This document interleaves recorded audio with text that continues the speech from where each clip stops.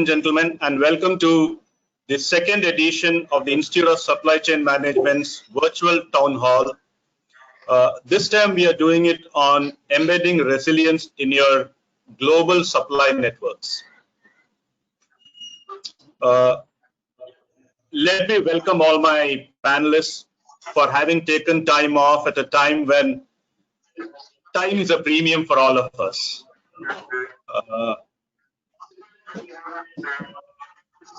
The COVID-19 outbreak has seen certain restrictions placed on the flow of both people and goods across international borders, and even domestic and regional territory.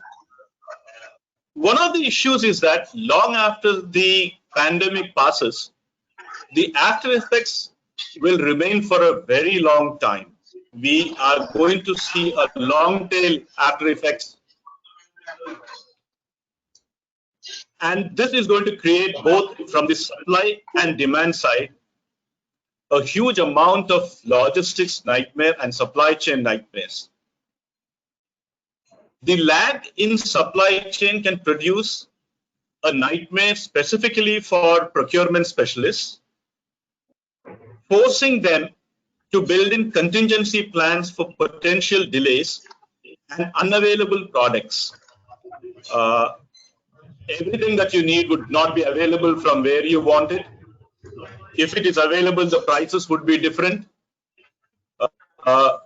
In some cases, possibly you could face quality issues.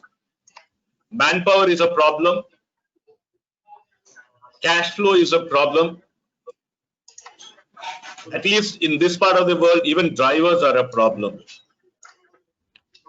Under this scenario, planning will be vital in being able to effectively manage these type of risks. According to Accenture, 94% of Fortune 1000 companies have experienced a supply chain disruption due to COVID, and 75% of these companies were negatively impacted as a result. One of the most serious aspects here would be the availability of supplies or our global supply network. Today, what we will do is to look at what is our roadmap for creating further resilience in our supply chains, in our procurement networks. Under these circumstances, procurement specialists will need to think strategically about the whole supply chain and long-term production capacities, and not just focus on transactions. Risk becomes one of the things that is going to be on the table of all procurement managers. And to start off this discussion, I would like to first invite, since we have a limitation of the number of people who can at one time come onto the platform, I would like to invite Bhanu Pratap Singh, Director Procurement, Atlantis, Palm, Dubai. Imran Shareef, Head of Procurement, Motorola Solutions. And Umar Jamil, Head of Procurement, Global Sourcing, Trane, Middle East, Africa. Can I have this gentleman come on, please?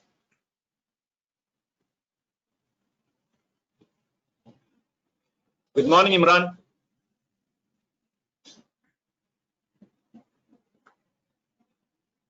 Can we have Bhanu and... Hi, Girish. How are you? Hi. Good, sir. Thank you very much. I'm waiting for Bhanu. I'm waiting for Bhanu Pratap to come on.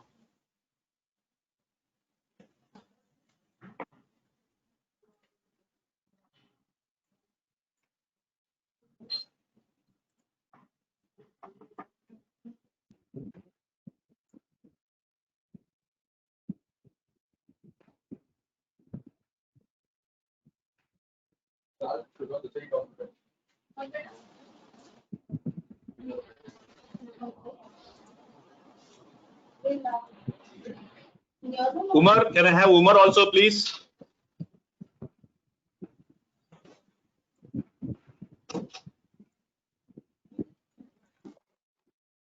Okay, looks like there is some. Girish, you can start the session. They will join, and then you can reorient yourself. Yeah. If I could start with you, Imran Saab. Given what has happened, what has been the impact of this pandemic and the restrictions imposed on sourcing as a procurement, and what have been the specific challenges that you have faced? And also, if you could also into that add, what are the areas that you think would need your immediate attention? Definitely. So, Girish, thank you. First, I would like to thank you for inviting me on this platform.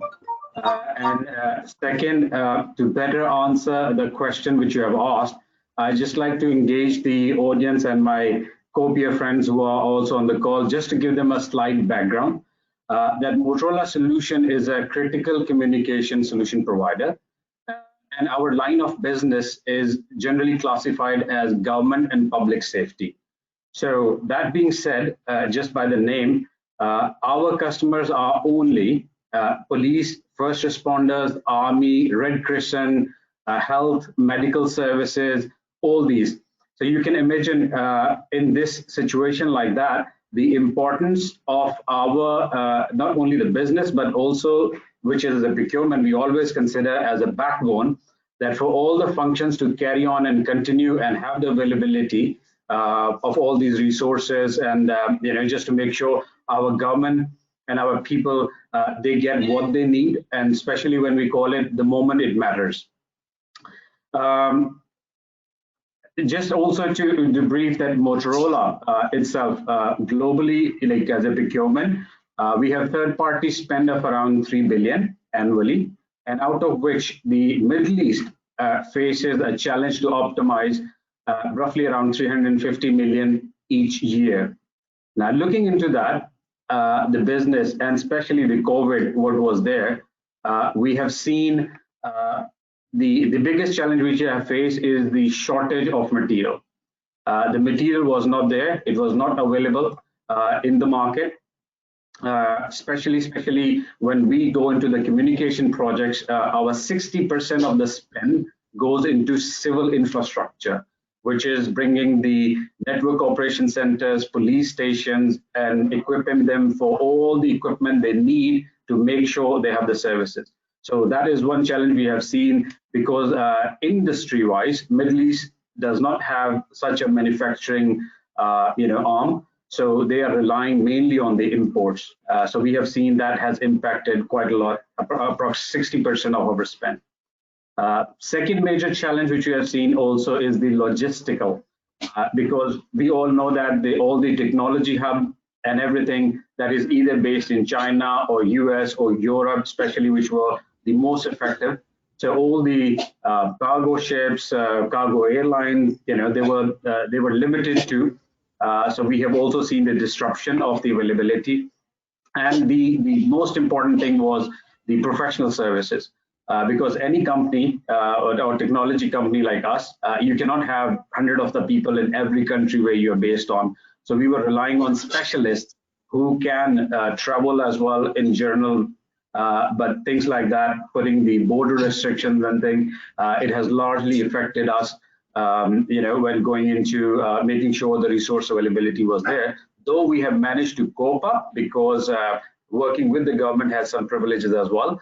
But in general, it was a big challenge to cope.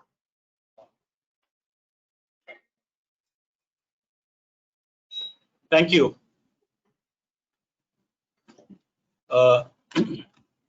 If I could ask Umar.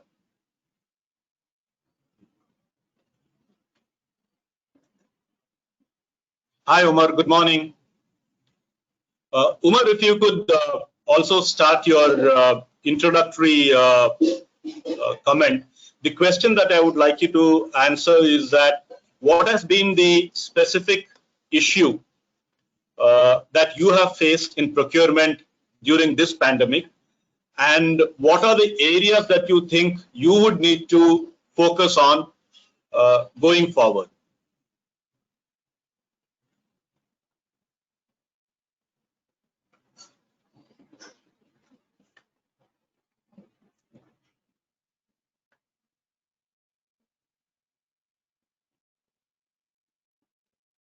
Umar, I think you're on mute, so we can't hear you. Is it clear now? Are you able to hear? It's okay now. It's okay now. Okay. Yeah. All right. So I'll start from the beginning, like just giving some background in introduction. So Trane itself is a global brand. I take care for the Middle East market. Trane has got around 300 plus factories all over the world. They are HVAC manufacturing industries, and got around 300 plus fellows in procurement and global operation. So specifically talking about the region which I take care for Middle East, I've been facing different challenges in terms of like managing a local supply chain, and talking about like the overall issue which went through with pandemic, because considering the factory, we were given to a target where we were managed to make a most cost efficient product for the regional market. But over the period, pretty much focused towards reducing the cost and just to manage the supply chain.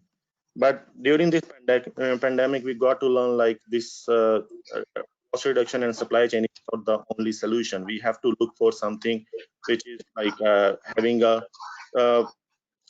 risk evaluation also to be done at the same side. So talking about like overall in the challenges, I think the cost reduction and supply management is no longer enough. We need to also continue doing the level of risk which is never calculated. And so more than cost reduction, I think we need to buy a satisfaction, which is like in economics declared as a value. So focus more on value creation in supply collaboration and turn that into like core competencies for procurement team. That's what I have been trying to do over the past few months, and which has helped me actually to significantly reduce the enterprise risk and cover the overall potential relevant risk, which is like overall in catastrophic situation, and the commodity pricing and overall management of the supply chain. Over to that, like of course, financial aspect was also a big challenge for us because the cash flow was not absolutely manageable. The material was ready with the supplier. We were having some kind of like supplier owned managed inventory agreements where we were not really able to like manage that cash flow. So that's a kind of big challenge, and it gave me also a learning like we have to work with a kind of strong financial background supplier. So when such kind of situation comes over, you have a kind of like backup plan with those, so you can manage that cash flow.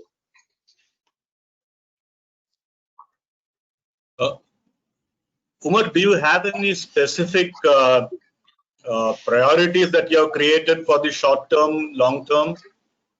Well, short-term plan is like focus more on buying the satisfaction with the supplier. Like if we need something which is easily available and readily available, and supplier is capable of to provide it, that's much better focus for us. And at the same time, we are trying to standardize the product. The product has to be off the shelf from the market, so it is much easy for us to just arrange from any source. Because from HVAC industry standpoint, like most of the product are, it's an engineering based industry. So most of the products are like, technical specifically, they're very strong. And that's where I have been struggling to arrange a product from the local market. So the more we are standardized to the product, it's the available resources are more. That's where I have been trying to, take a calculative risk and manage the change of supply chain from to the regional level, actually, from the global market. And the that was somehow the short-term plan, but the long-term plan, I have been having some discussion with our CEOs, and there is a change in the strategy specifically throughout and it will, I think, continue for next 2-3 years, where we have to focus more on the risk, where we have to demonstrate a significant reduction in the enterprise risk and covering the all potential relevant risk categories. So that is coming as one of the value added point. Then the second point which we are focused on is value chain. Umar, I'll come back to the strategy issue as a later follow-up question. I'm just taking the initial round of experiences so that we can come to a common Yes, very interesting for you to talk about cost of moving from cost reduction to more of a value creation function in procurement. Nicely put, that's very interesting. And to also, each industry has specific issues. Some industries can allow standardization while some do not. Bhanu, if I could now engage you with your opening comments, also look at what are the specific challenges you face and what are the kind of priorities you're setting for yourself. Good morning, everyone, and good morning from Dubai. The current situation is created a massive challenge for travel and hospitality industry. And from that perspective, we are no other option but to close the hotel at some point of time. And from that perspective, the biggest challenge is that you have because the service industry is always like an labor oriented and manpower oriented. So from that perspective, it was very important to what to do immediate action. So at some point of time, to make a decision to close the hotel, then move the resources to a safe location and maintain their well-being throughout the period when we were not in operation. That was a mammoth task because from the workforce perspective, is a large workforce because being the size of our business. So we were completely busy in looking after those our workforce. So that was one major challenge, and the biggest challenge was when the revenue come down to zero, and your fixed cost, which in our industry, the fixed cost is one of the biggest component, and the second component come as a cost of the labor, and the third component come as the cost of the material which we buy. So from that perspective, we still have our fixed cost as well as our cost of the manpower, which we have to retain it because this is we cannot let them go because it's skilled manpower. So that was the biggest challenge, and the revenue is zero at that stage. So it's becoming like cash flow is the biggest challenge at this stage. Somehow, and then it's for we as a being government organization will have not felt that pinch, but those which are private companies are the biggest challenge for them to manage the cash flow. During this time, the one more thing, the moment we have got some sort of information that the business is going to open, then again it was coming back to business. But again, in this stage, we have to come with the necessary tools and mechanism because some of the people, and then in this stage, become the sanitization has become very, very important for our visiting guests once we open on 30th April. And then it's becoming like how to serve the guest. And from that perspective, and it's becoming like technology is the main tool which is helping us. Because in such a scenario, the technology is helping us to connect ourselves, and we have come across the benefit of the technology, which we have never thought about it. And that was our biggest learning, that why we should not have used the same technology, technological help which we are using at this stage. So it's focusing on primarily on two areas. The one area is how the guest can walk in and visit to the necessary, utilize the necessary the services of the hotel without any touch points, without any touching, not even signing the registration form. So all those things had in a very quick period of 2 months, I think we have developed those. And once the guest comes in, he does his self check-in. He does his own authorization and everything, and we enable everything from the technological front, from the other end. So this is something like, from that point of view, the technology has helped us in terms of managing our business from the front end and also managing the business from the back end. Thank you, Bhanu. Thank you, Bhanu. If I could now invite the other three panelists who were kept in the background because of our platform restrictions. If you could have Raman Singh, Sandeep, and Yasir, and if you could have, if I could start with Sandeep. Sandeep, couple of issues that probably you would need to also bring out in your opening remarks on its impact on your organization, its procurement policies. Specifically, what kind of risks did you face, and how are you managing them? So essentially more on the risk perspective.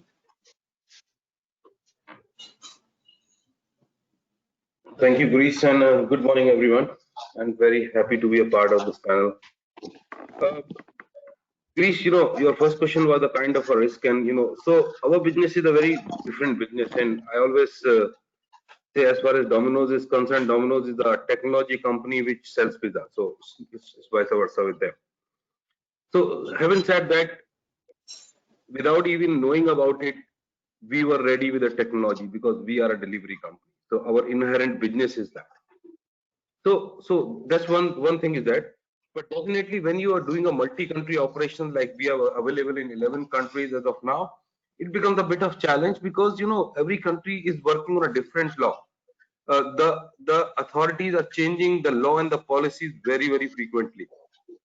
Every country has got the way this pandemic came. It started hitting up some country, and after that, it started going forward. So there were the different kind of things. What country was predicting and what was happening at that point of time.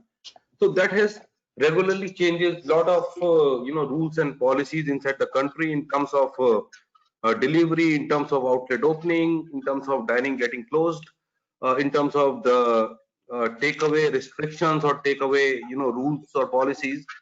So that is one of the kind of things on the front end. As far as the back end is concerned, since we operate on 70% imported products, we always have a turnaround inventory of like 2 months, 2.5 months. So on one side, there's a very high inventory sitting out of the system, but at this point of time, it became a beneficial thing for us because we were able to manage it more faster, and at least across Middle East and across other countries also, the one good thing that has happened is they never stopped food. They never stopped the importation or exportation of food at all. So that was a good part of it.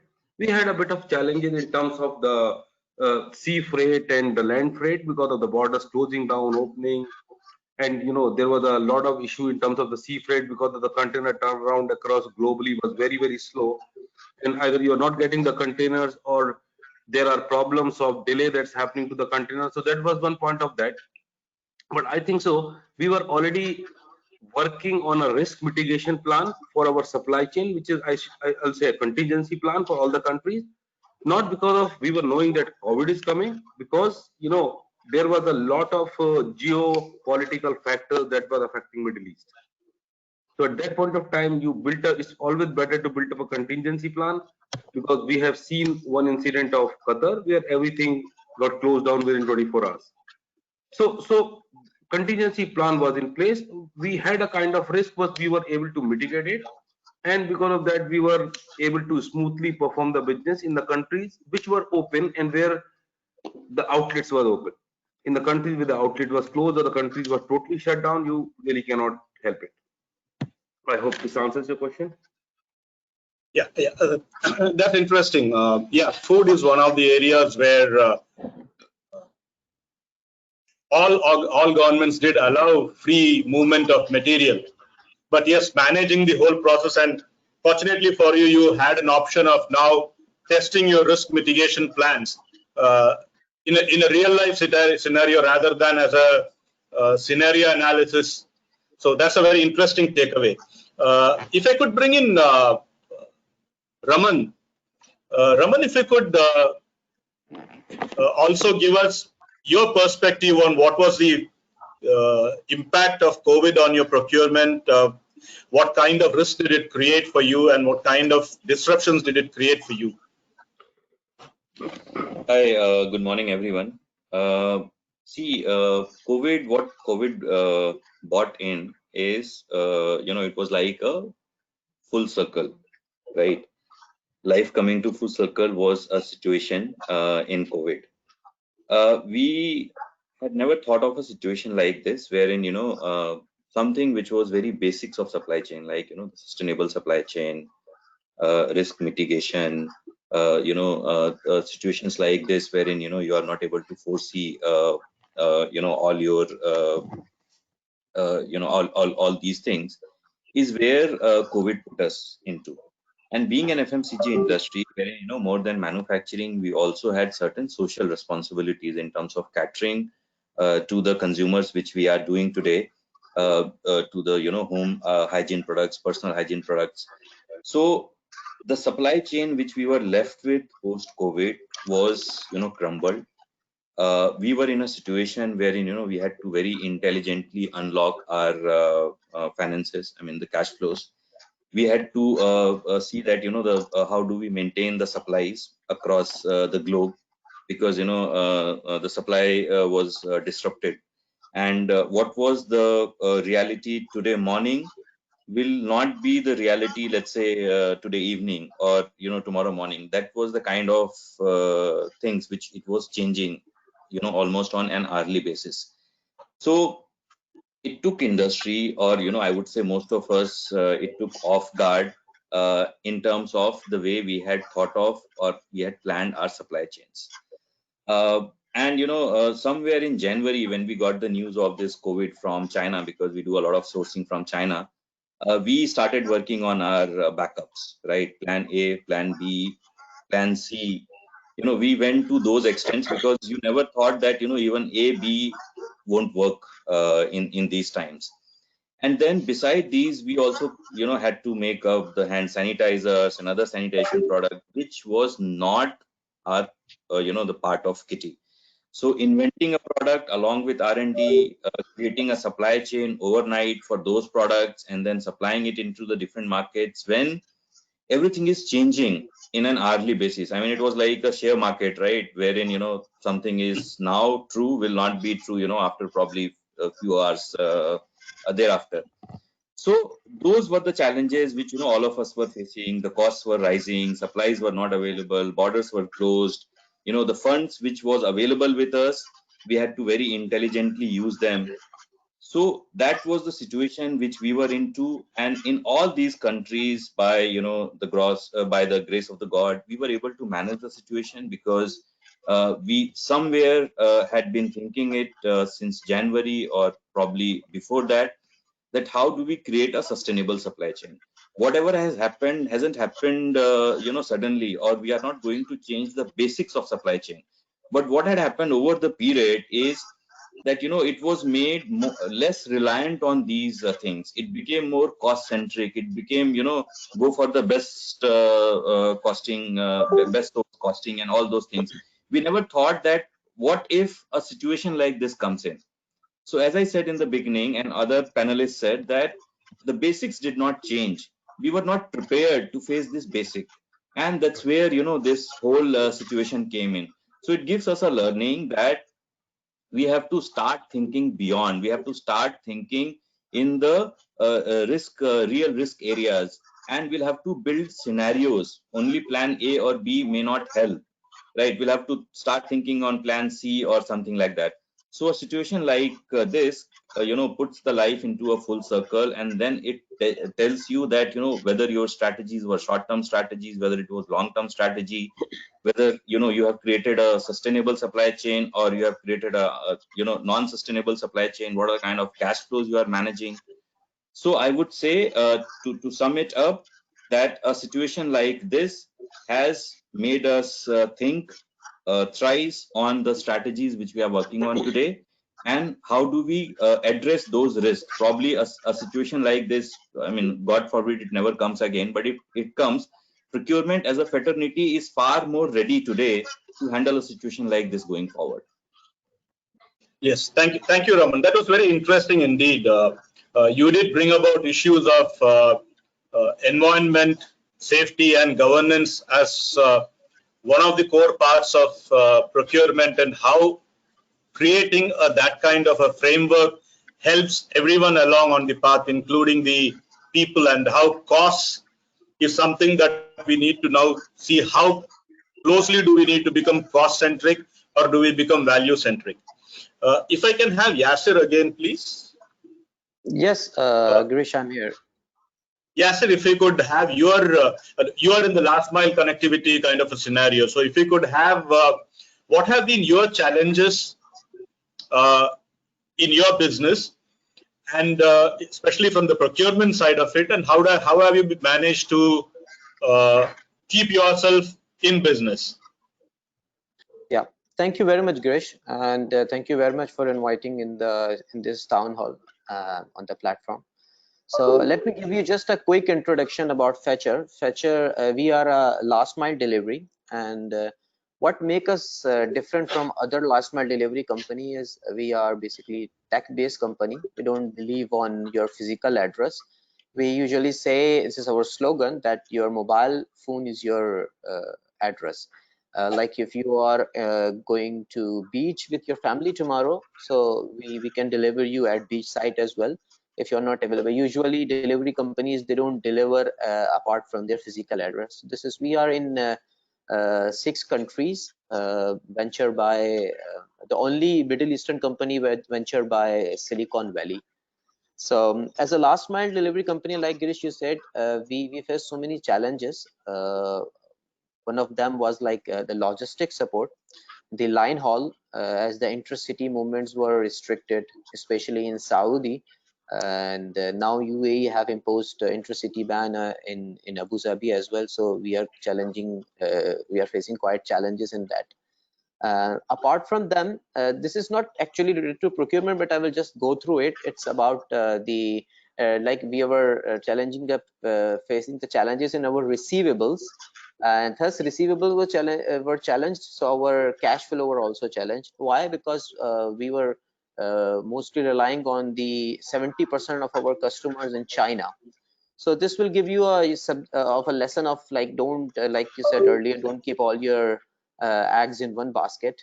Secondly, which I think Raman have highlighted a very good point, was PPE, gloves and mask. And as a fetchr, as a last mile delivery company and a logistic company, we were never procuring surgical face mask, surgical gloves at all. So these vendors were not even our vendor list, not even our short list of vendors. We will use them in the future. So what we did, we immediately started exploring the vendors on those who are providing PPEs, hospitality industry and all that. Then we started shortlisting the vendors, and then thank God our management understand at that time that at this point price is not the important, supply is more important as of now.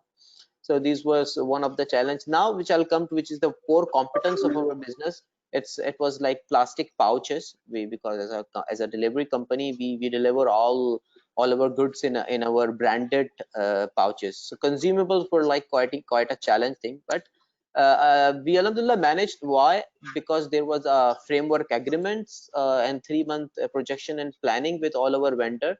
But yeah, we got short of supplies. Why? Because the primary components, which is usually coming from China. I was reading a report this morning that 30% of the export which China does, it's like all the plastic products and broadcasting equipments, and US is one of the 20% of the export from China is to US actually, and 16% of the export from China is to UAE itself, and so UAE is importing a lot from China. Yeah, we face challenges in terms of consumables. I think these are the challenges which we face, Girish. Thank you. Thank you, Yasir. That was a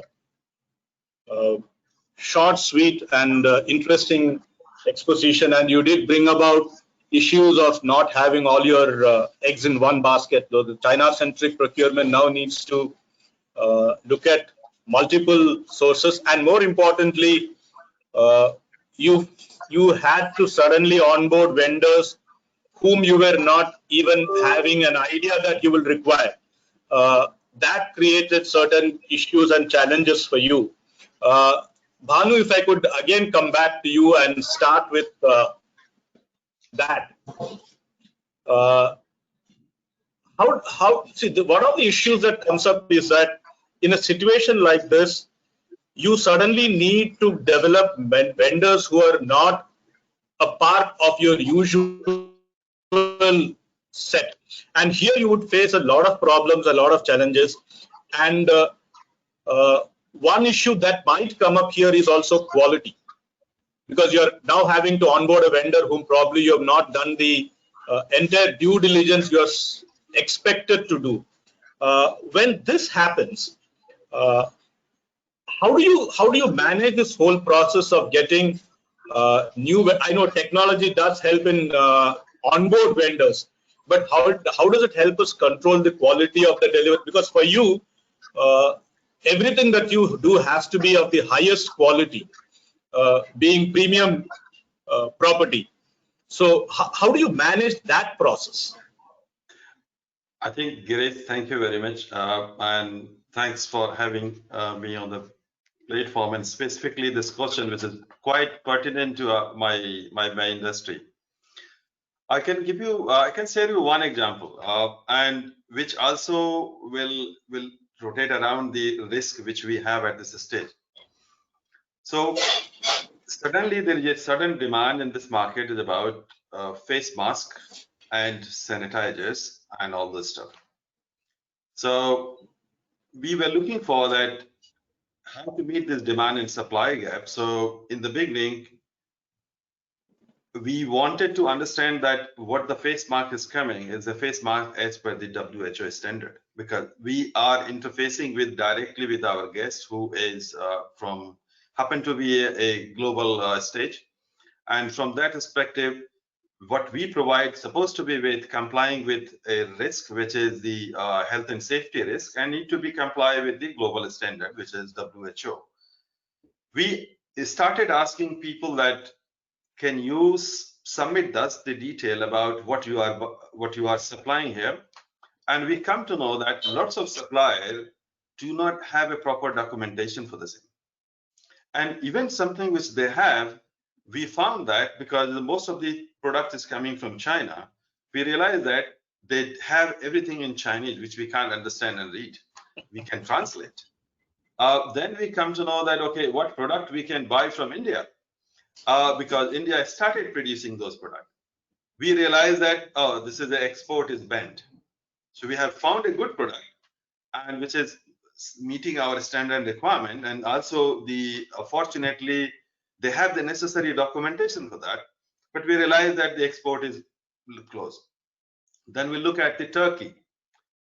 We found that the product is available, but cost factor is so high that if you want to buy like 100,000 face mask every 2 weeks, well, every fortnight, I think you can't afford that, because it has to be given. So cost, compliance, and sudden demand in the market.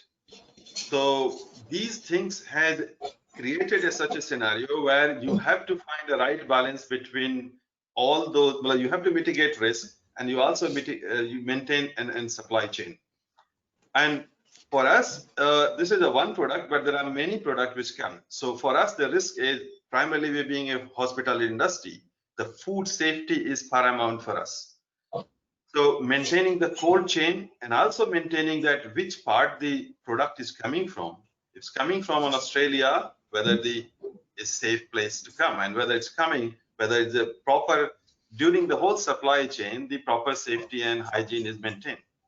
Something coming from a certain part of the world where you are understanding it's we buy lots of items. Well, Dubai buy lots of items from almost like a 76-77% of the product which we buy is from direct import.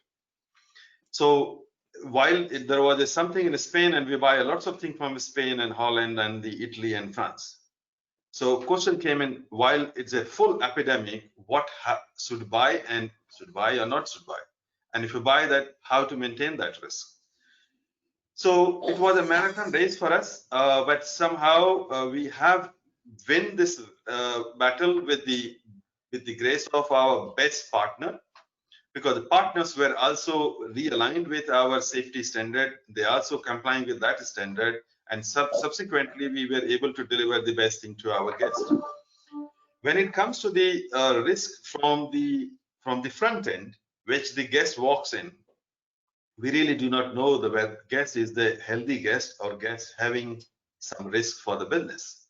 If one guest, there are lots of touch points and lots of risk open. We have to mitigate that. We can't, because being a very sophisticated industry, we can't ask the guest that, sir, stand in front of the camera and show me your temperature. From that perspective, we have to build a little bit those infrastructure, and we have to build that infrastructure with a very short period of time. And to maintain that, again, we have to require like something which is touchless. So we develop in a very short period of time those tools and technologies which is coming and mitigating our risk. Fortunately, I will be giving you the number when we open our hotel on by beginning of the May, and Eid was somewhere around third week, and we found that on the Eid holiday, we found that our hotel is full. The occupancy was around 30% from zero. Suddenly it's jumped to 30%. And that 30% occupancy, we have to look after every single guest. On that particular day, there were 1,500 guests staying with us. Every single guest, to mitigate that risk is a major task for the business. And from that perspective, we have to maintain and keep every guest engaged and happy. That was the very major task for the business to manage. There are many other tasks which is like I will divide that risk into two more buckets, which is like a global and which is like a local. So we have to comply lots of local compliances. The business has come up with local protocols. So whatever the supply coming into the hotel, it need to be safe and secure, even if coming from locally or internationally or globally or locally. So those were the biggest challenge for the business to manage. And the one more aspect which come, like you have a 3,200 workforce, how to maintain that workforce safe and sound throughout this epidemic period. With the grace of the God, and Bhanu, also, excuse me, but I have a question on employee safety. okay. Can we have that in the third round? Sure. If you don't mind. Yeah. So that's all from my side on the safety. Yeah. Interesting. Yeah.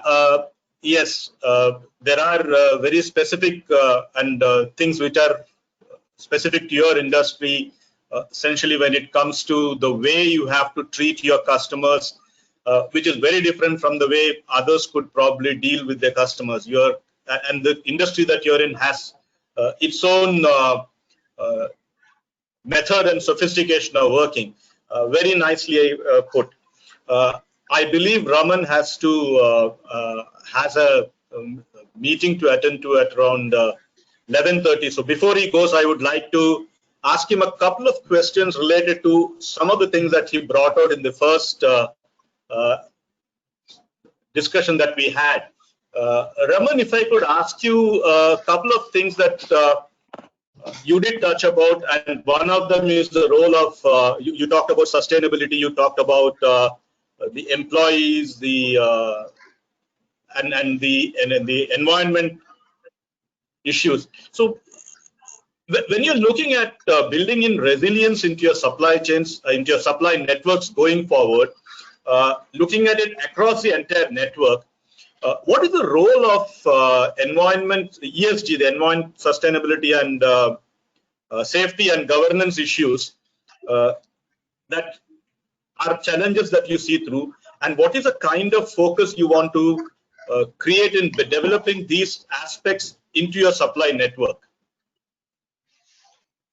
So Girish, I would start it with the core focus area, which the procurement will have to answer today or tomorrow, is what are the areas they want to focus on, how do they want to go about it going forward.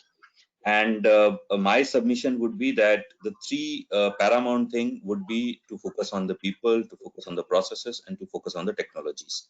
Right? I mean, these are the three things which will define the our future procurement. So to answer you, we'll have to put all these needs, which is, the sustainability, governance, other things into these buckets only. When we want to create a sustainable supply chain, then we'll have to look into our current processes, the way we are doing it today, and what are the things which we need to embed in our process to make it more sustainable supply chain. We'll have to take care of the environmental issues, and that will help us decide the sourcing matrices for us, right? So whether I want to continue my sourcing from, a low-cost country or low-cost systems, or do I want to make it more sustainable supply chain wherein, I'm taking care of my needs, my consumers' need, and I'm also not exploiting environment as a whole, right? So that's one thing which we'll have to imbibe in our in our system. And second would be the people and the technology. As you know, most of our panelists said, as Bhanu said, as Sandeep said, as Imran said, and most of us said, is technology is what has done the greatest help today in these times. So focusing on the technology to unveil these, that how do we want to building these systems and processes in our current system to address these issues. So if you are asking me that how, I mean, as how are we resilient about the whole thing, and how are we going to address this, these are the three things which will help you take over this situation. The right set of people, decide your core, non-core activities. Today you might be doing 100 things as a procurement professional, but is that required? Is that core to your business? Or are you, putting too much time on your non-core areas? So have the right set of people, give them the right environment, training, upbringing, put the right processes, which takes care of a situation like this, because all your risks are then built into that, and drive the whole thing through the technology. I mean, these would be the three things which will make you address this situation going forward. Oh, that was nice. Yes, identifying what is core to you and that I think is something that we are going to see.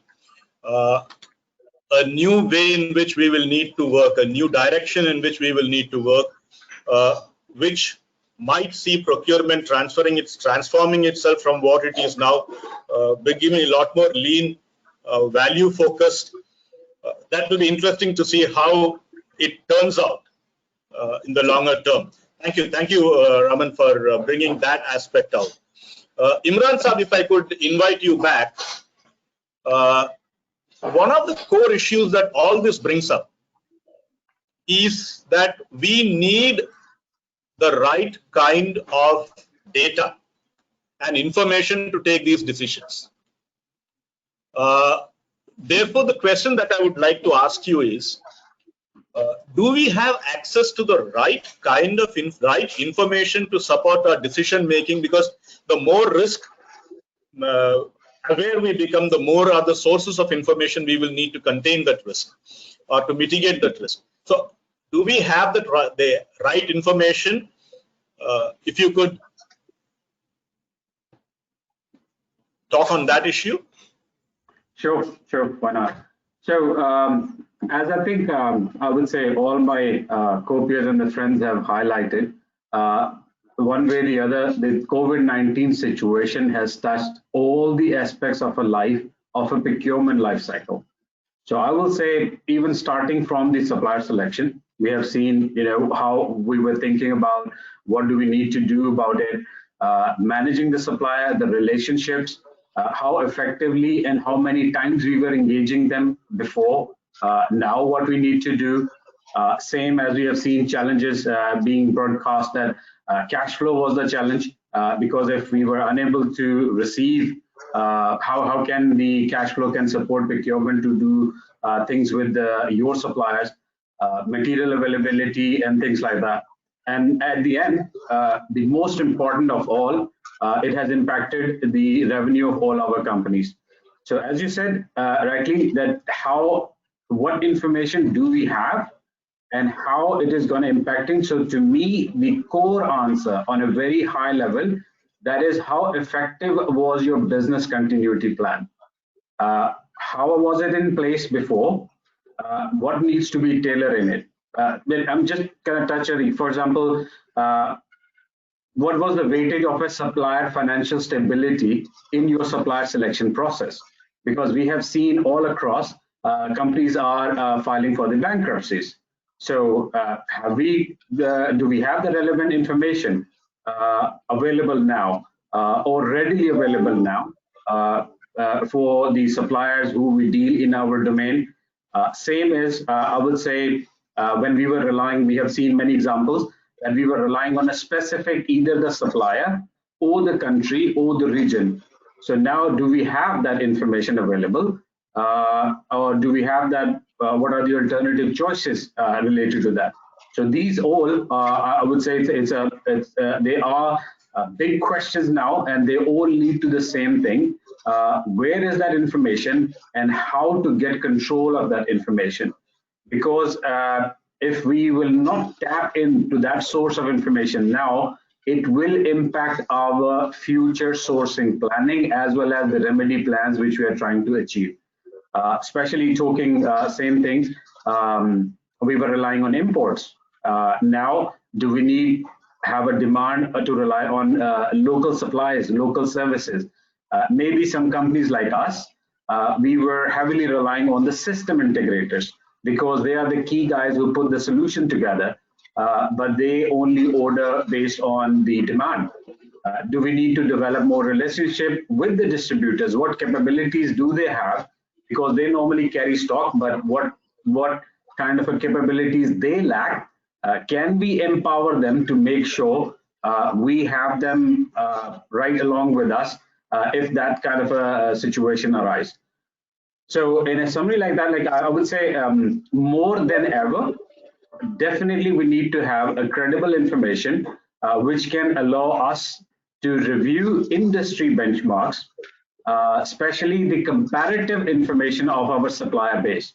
Which industry they are, who are the other suppliers in the country, globe, and things like that. And what innovative techniques we can use, as rightly said. Can we train our people more, better, efficient? Do we need to equip them with some courses or something like it? Or it's a general awareness? And especially of all, does that information, how does it relay and cascade into your organization? For example, you as a procurement think some information is critical, but maybe not the other stakeholders. Maybe finance does not give that, or the other management does not value that information. So how are you going to have that information and translate into your organization meaningfully, that you get all the necessary support to make sure what you want to do in the long run, it helps us all. So to me is basically the information is going to be the key now, especially into the driving situation. The research companies are already there. But again, all the research platforms who I've been subscribed to earlier, you will not find 100% accurate information what you have always need, because they have to gather information on certain scale of data which does not fulfill your requirement. So to me, collaboration, even among the industry and among the peers, for example, we need to be more engaged and share the first-hand information what we get, how industry is behaving among us as peers. That is also going to affect our future, other than the international study cases or industries. So these two aspects go hand in hand, and will make sure that any responsible team, how they're going to plan and how they're going to look for the future aspects of what they're going to face. Thank you, Imran Saab. Yes, there are multiple stakeholders we need to manage, and the common thread among all of them would be information flows, and having a good grip on that information is vital and necessary going forward in a time when we are going to compete on information also. If I could bring Umar back. Umar, taking off from what Imran Saab was talking about, He was talking about collaboration across the entire the chain, from your supplier down to you. And the second issue was collaboration between your organization's different departments, right? There are two aspects to it. So if you could kind of talk about how can we build this kind of partnership, and how does it help us in creating a more resilient supply chain? Well, I'll just give you a little background from the industry perspective, which I work in.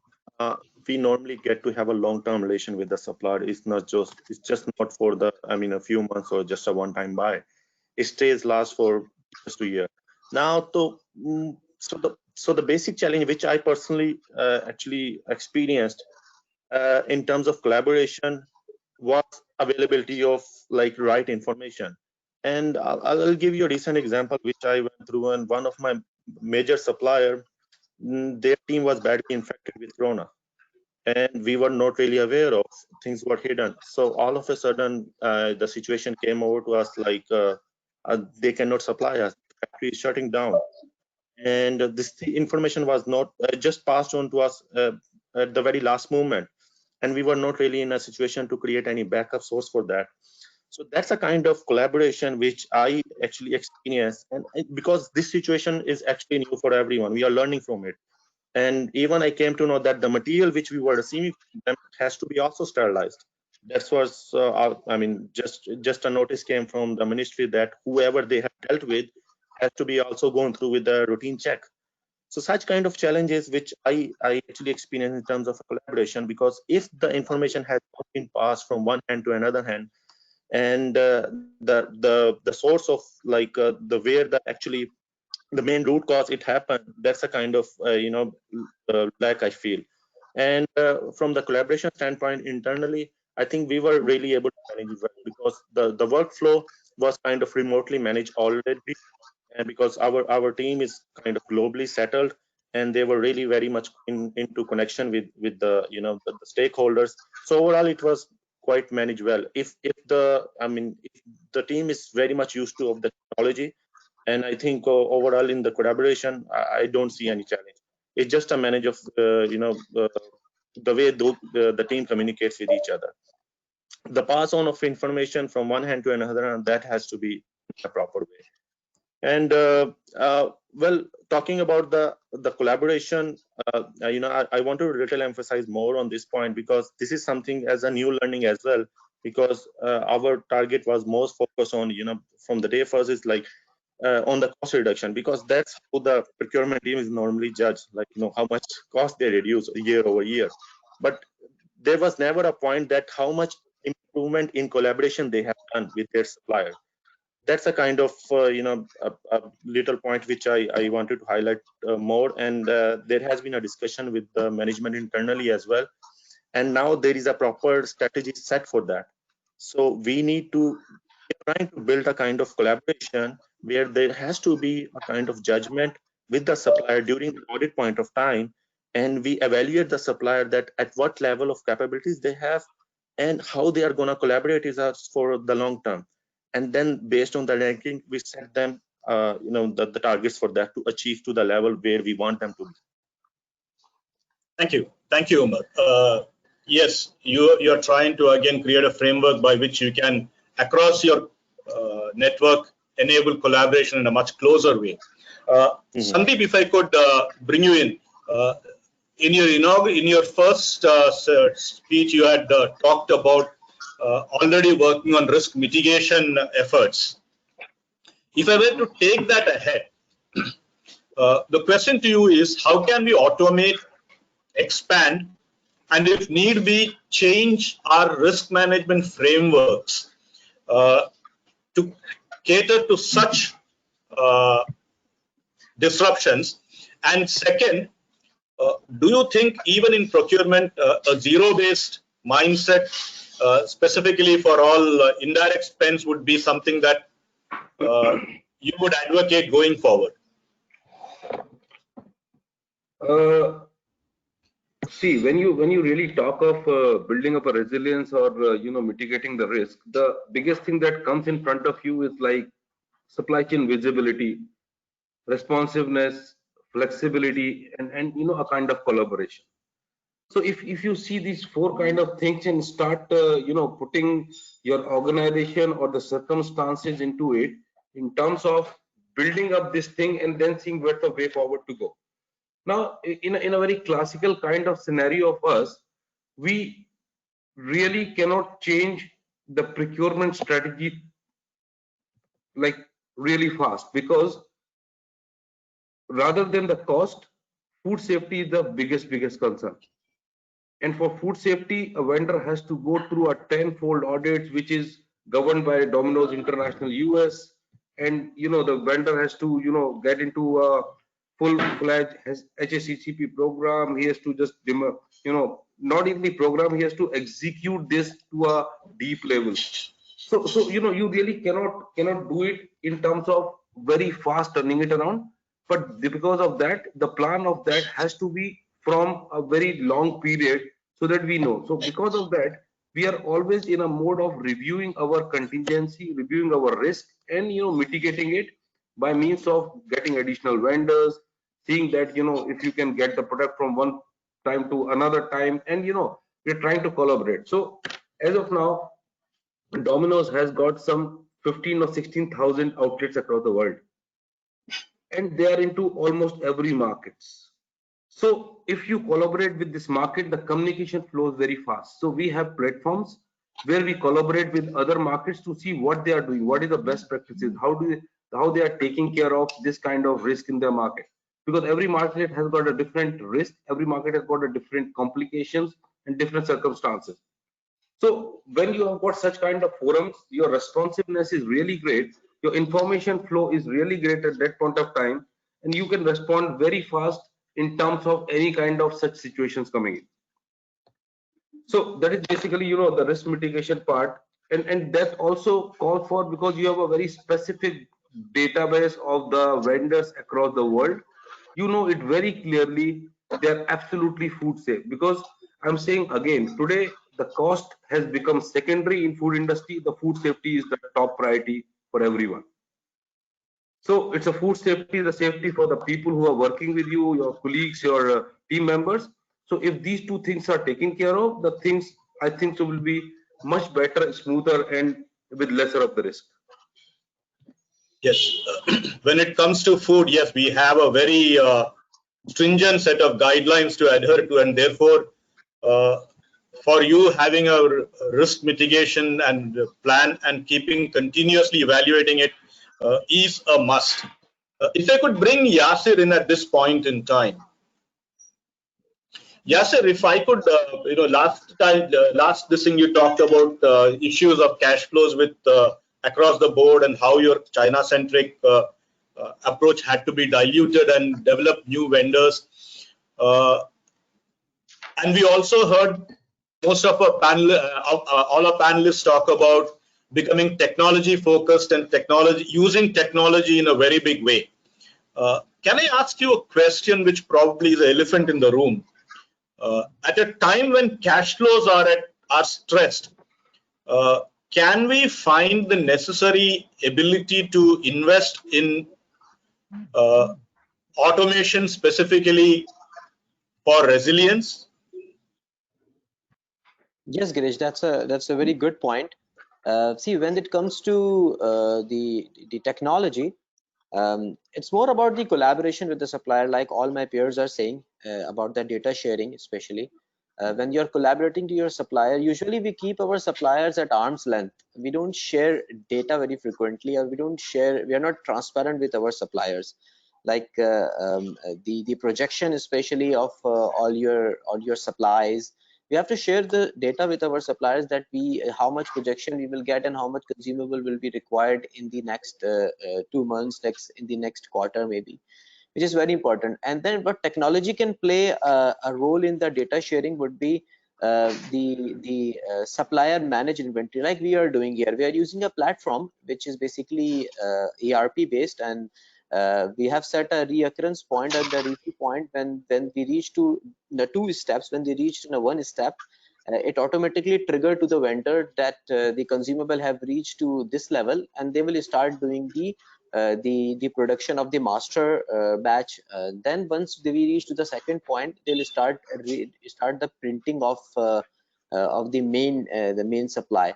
So this is the most important thing which really can help us in continuity of the supply, and also which can help us in in an efficient inventory management as well.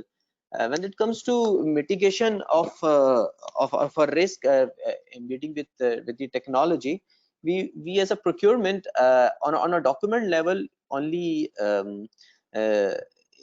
document risk on a document level only. We usually don't embed risk management in procurement decisions, which is very important for the procurement.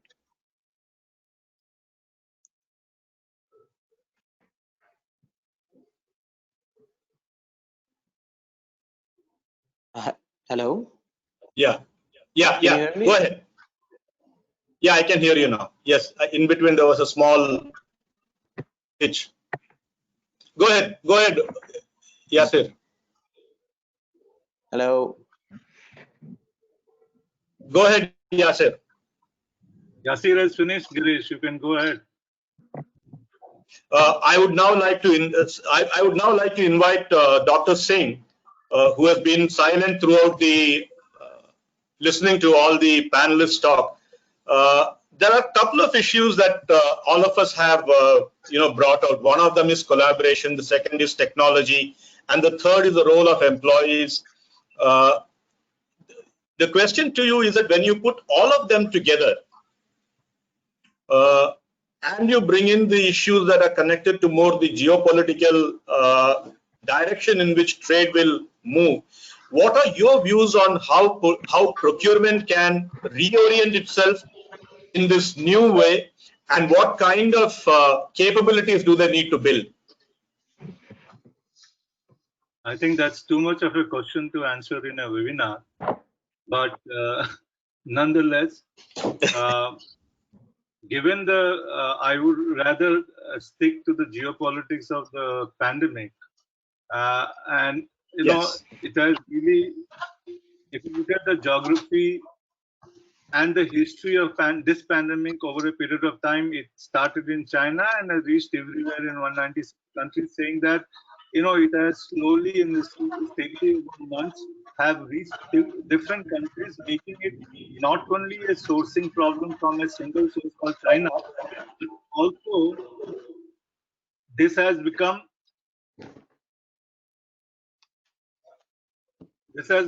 a global problem in terms of demand, and hence this is something which needs to be seen from a very different perspective. Talking to so many people hope that this is going to be 6 months, 8 months. Hope is not a business strategy, and wishing that bad things don't occur all the time is not a successful risk management plan. In a globalized world with ever longer and more complex supply chain, populated with numerous trading partners, many things can indeed take place to disrupt the transfer of raw materials, parts, finished goods, or the information of each and every component. And I think this pandemic has done an amazing thing in the process, where if you look at what they have done to the supply chain, we've heard so many things, how companies have been affected and how they have responded. But one summary of this is that few companies want their vulnerabilities, crisis readiness, business continuity plans, production capacity, corporate social responsibility, standing, and financial stability to be on display. And I think the vulnerability of all these components of what is called as a larger supply chain has been a very important understanding that has come out in this particular period. And these need a very holistic approach. A very holistic approach. It is essential to have a risk mitigation strategy in place, but not one that merely reactive and not one that fails to encompass all supply chain partners. upstream and down. A truly holistic approach views risk management as a continuum, and that maps every node in company supply chain in advance. And I think if I was looking at almost everybody, starting from Bhanu to Raman, who raised a very brilliant question on sustainability, Sandeep on visibility, Yasir on collaboration, Imran on different tires, and he also made that there are not many tools that are available, and Jamil on cross-functional. I think there is an element that needs to be seen from a very, very different perspective. Even in the question of sustainability and ESG, we have been talking about, and there are a lot of studies. I look at one study in Harvard Business Review which states that many multinational corporations have committed themselves to using suppliers with sustainable social and environmental practice. But suppliers, especially those low in the supply chain, often does not comply with standards. This poses serious financial, social, and environmental risk. And not only environmental, pandemic has made it a company economic and business risk, a complete business risk. Now, what is the step forward? If you see, during the tsunami in Punjab, in Japan, IBM faced a huge business discontinuity process. They built in a huge business continuity plan, managing the factories, relocating the factory, identifying the suppliers of the chips. But in the Tier 14, there was someone who was not able to supply the most essential element, and this business continuity plan fell apart. How do you map Tier 1, Tier 2, Tier 3, Tier 4, Tier 5 is a very critical process. And if you can map Tier 1, Tier 2, Tier 3, Tier 4, what Sandeep was saying of visibility in food tracing in food this thing, it's known by some name, I forget here. It would be easier for companies to come there, but they have to build, as really someone put, I think Imran put it together, that we need to have a platform. So this is very important. Traceability of the last tier in your supply chain, building a company, training the first tier, securing the base of the subsequent tires, securing and unlocking funds for these tires. During this point of time, there's a bullwhip effect. The Tier 1, Tier 2, Tier 3, Tier 4 is in a bullwhip manner. How do you manage them? You need to unlock funds for them if you want to maintain, because the pandemic is not yet over. Pandemic has a very long length still. Looking at the data of the world, I think this is it. So in fact, the very first thing is that how do you map? I can tell you there are a lot of organizations, I won't name them because that will be marketing them as they are associated with some of them. They can map your geographies, map your supplier from 1 to 10. IBM uses one of them, and this maps uses a lot of social media data. They have done a lot of work with people, and these maps can really give you the visuals of what's happening. And most companies in the US that have been able to manage the pandemic supplier risk has been using Lamasoft. I can give you this thing because we don't do anything with them. There are a large number of better organizations that can map your supply tires, and I think they can map your food traceability. And I think there is a need to move to the platform, but that's only on the supply chain platforms. What about building? Someone said that we have a ERP. The era for ERP is over, and now we need to move towards something very interesting. We need to launch a journey, as in fact one of the McKinsey articles says, we'll need to launch our journey, and launching the journey to autonomous planning, supply chain planning. And it's very important to see that we move from this basic supply chain planning, a control tower way, meaning making everything end-to-end visible with real-time data and matrices, is empowered to make critical decisions fast, right from customer services, collaboration, to supplier management, to manufacturing operations, to distribution center network, transportation management. And what we definitely need is a very interconnected supply mapping with supplier management in this. And what is needed? Three things that's needed. I think I've been long, but I thought I get a time for all the three times. Data-enabled decision-making processes are important. Everything is based on data. Scenario planning capabilities, I think Sandeep made it very clear, and even Imran talked about it. Build the scenarios. In fact, in the short run, when I was hearing Bhanu was hearing everybody, what I realized that everybody is building a scenario. Everybody is coming together in the time of the pandemic. This is a great learning. Can you build a scenario for near-term, short-term, long-term? embed the risk element, embed the sustainability risk element, embed the social and economic challenges that are going to be put in test in next 10 years also, and start building near-term, short-term program by building resilience scenarios and moving from one to scenario, getting data from the external economies, like what is the length of the pandemic that is expected now, what is the spread of the pandemic, what is the chances of rebound of the pandemic, can we build the scenarios? And if you can do this, then we need a very essential, which Girish asked Jamil or Yasir, that how do you really bring everybody together? And I think there's 3 or 4 things that we really need to look and bring people together. And it's very important for us to see that we bring our supply planning as a part of longer supply chain planning. We bring demand planning. Most IBP and SNOP does not have transportation and warehousing planning. One thing is very clear: merchandising and buying in a market like UAE is dependent on demand plans. And your demand plans define how much warehouse you secure and how much transportation you will secure and which mode and which omni-channel you will secure. It is very important to have these 3 different elements into your IBP or SNOP with the authority of governance, the CEO or CEO, or anybody who has the trust of these things to take the risk forward. I think it's a golden time for organizations across the globe, and even in UAB, where their SNOP efforts have been very fragmented, to move towards what they're doing today. Come together, near-term, short-term, long-term planning by having a very cross-functional approach where distribution and transportation, as you've seen, are very disruptive, are part of your IBP planning, and your supplier mapping, where you know where what lies where, and map it to someone being a platform. You move out of your sphere of influence, create a common good which will help companies in a big way. So I think that's my take, Girish. Thank you. It was indeed a comprehensive overview of all that we spoke about. It talked about essentially what we are talking about is that we need to create the necessary technology backbone for enabling sharing of information and move into the next phase, which probably would be like scenario building and analyzing scenarios in a post-COVID world, where we can look at what is the kind of issues that we will have. It also talked about one of the core issues, which I told Bhanu that I will come back to him for. Bhanu, very quickly before we go to the questions, do you think our people are there where we need them to be, as far as understanding this whole process, understanding the use of this technology and taking it forward? What do we need to do from the people perspective? Because people are one of the biggest risks when it comes to any process. So how do we address that? Or what are corporates doing to address that?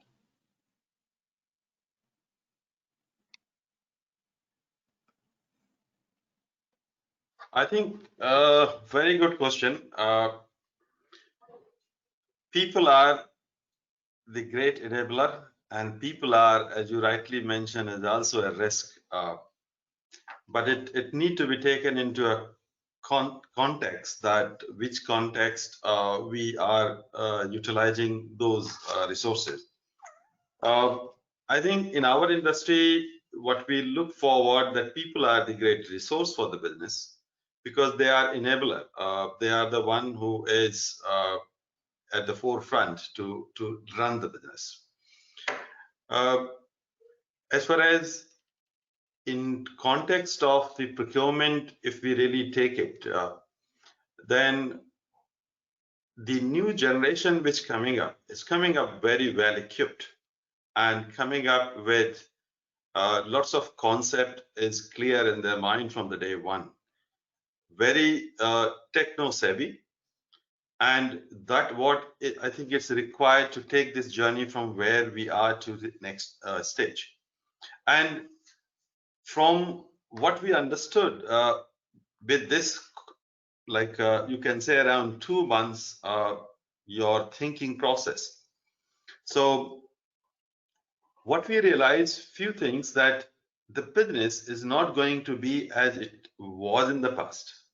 Business model, business dimension, the way we operate our business going to change. Hence, we need to realign procurement towards to serving the business needs and requirement. And to serve that business needs and requirement, we require a new thinking process and also require a set of people who can assist the organization to take the journey forward.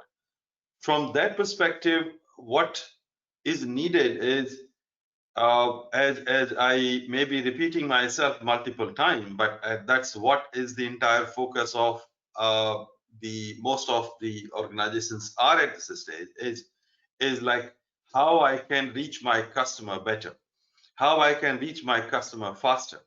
And probably that's where the technology come into picture. And if I link the resource, the manpower with the technology is needed, I think it's required a completely different mindset, a different complete paradigm shift in terms of the resource rearrangement.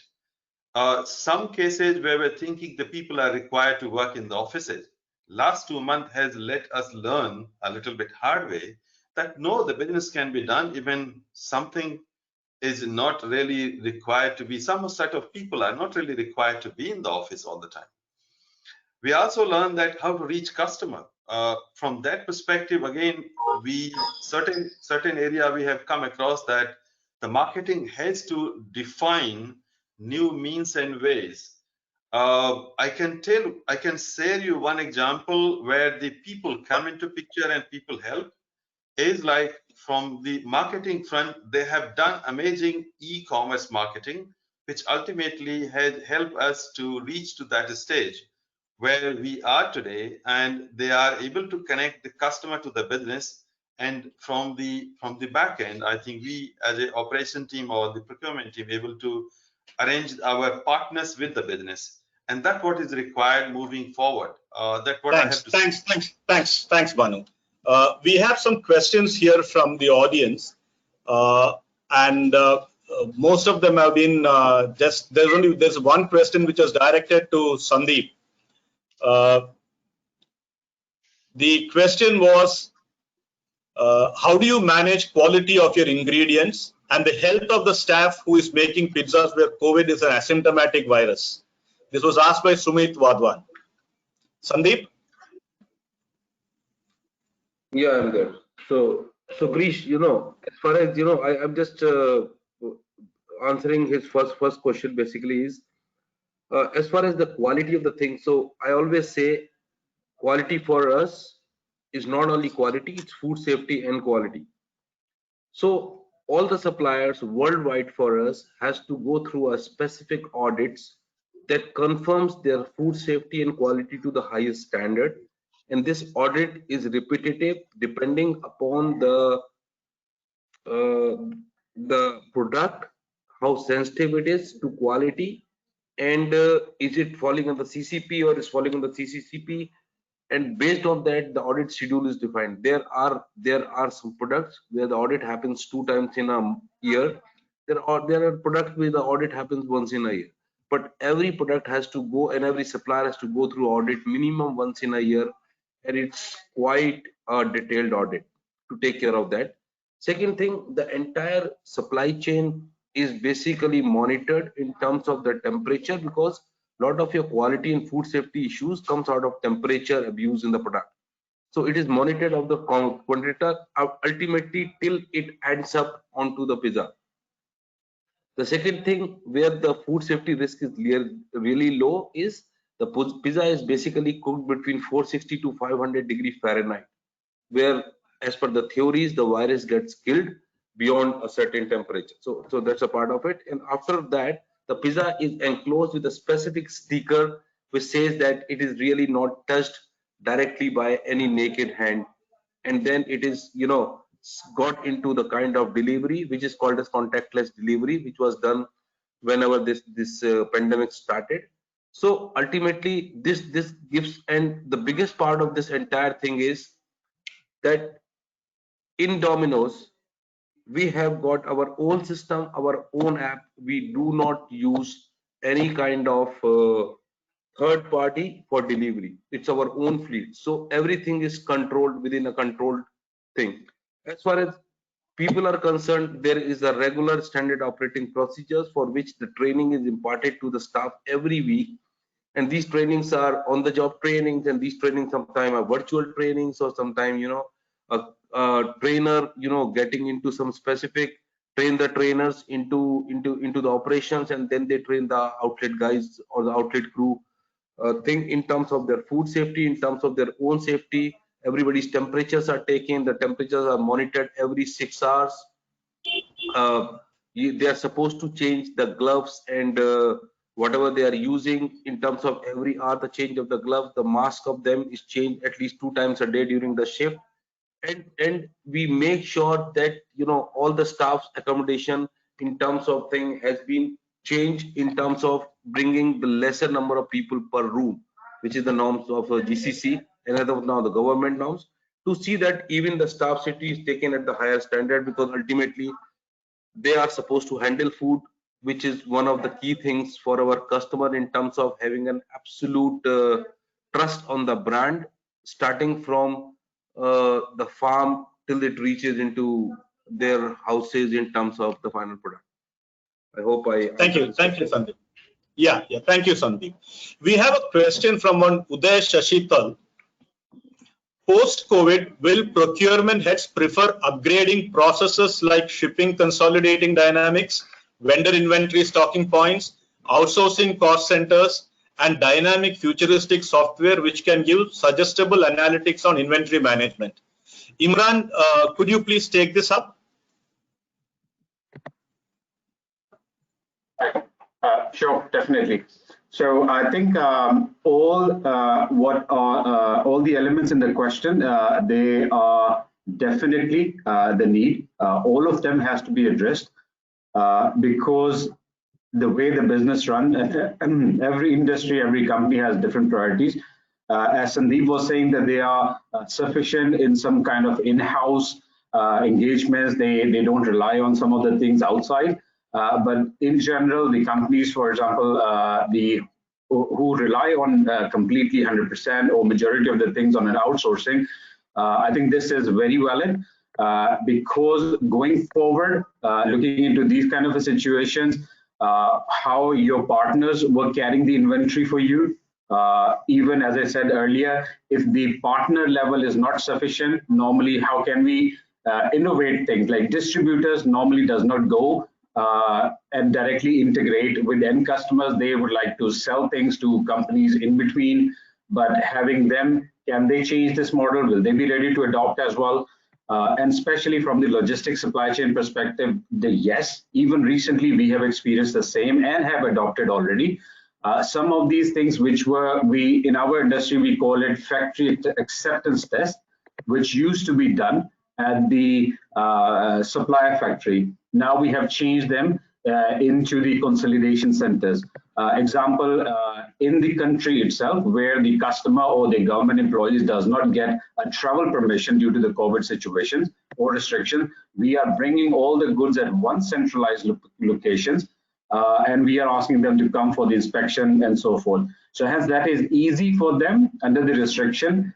It is a manageable solution. But again, the logistics and things will be are involved now, which was not earlier because customer was traveling or they were importing the equipment directly. So these kind of innovative, some steps, changes, they are mandatory to make sure our business continue running, our customers get what they need with the ease of their need. And that's it, I think. Thank you, Imran. Yes, I think we have come to the end of the time allotted for the webinar. Most of the questions which the audience asked has been answered throughout the series.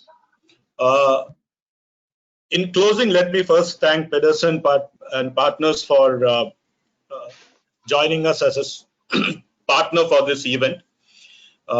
Let me also thank all the panelists for sparing their valuable time, and more important, let me thank all the audience for having taken time off to come and attend this webinar. It has been when we look at what we discussed, a couple of common themes emerge from it. We need to streamline the complexity.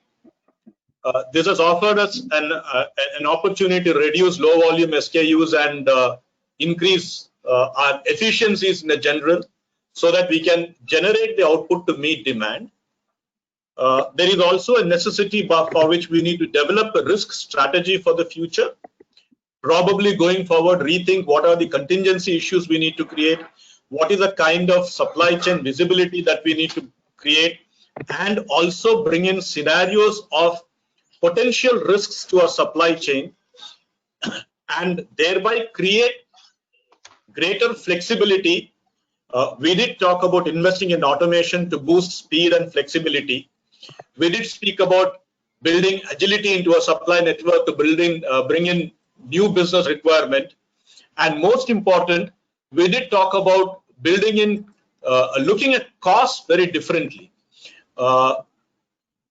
We have today come to an issue of looking at not cost of procurement, but the value addition that we are going to bring as a function. And I think as practitioners who are leading from the front, I'm sure you will be setting a new trend for us to follow, where you would be able to drive value creation in a much more sustained, integrated way across your organization, and the supply network that you have nurtured, creating greater synergies.